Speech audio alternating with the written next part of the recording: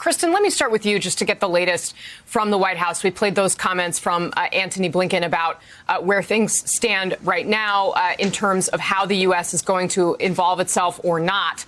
What do we know about how the Biden administration plans to try and put an end to this violence, or whether they plan to try and step or not step in as aggressively as perhaps we could?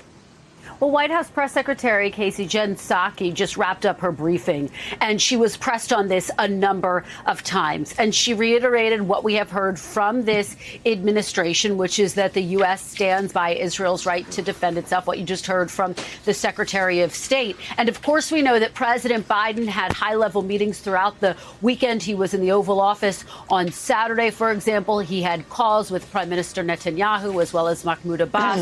And in those calls, urged them to try to de-escalate this situation. And what you heard Jen Psaki stress was that the diplomacy is going on behind the scenes, Casey. So they are not going to make the same public statements as they are privately to some of these leaders. But you're right to point out what progressives are saying, because this crisis has really exposed the divides within the Democratic Party. The fact that progressives are increasingly trying to pressure this president to get publicly tougher on Israel. At this point, he's not doing that. But I can tell you that based on my conversations behind the scenes here, there was surprise about what happened over the weekend, the escalation by Israel, the fact that it targeted that building where the AP and other journalists are housed. So this is a mounting crisis for this administration. But again, they insist that the tough negotiations are going on behind the scenes, Casey.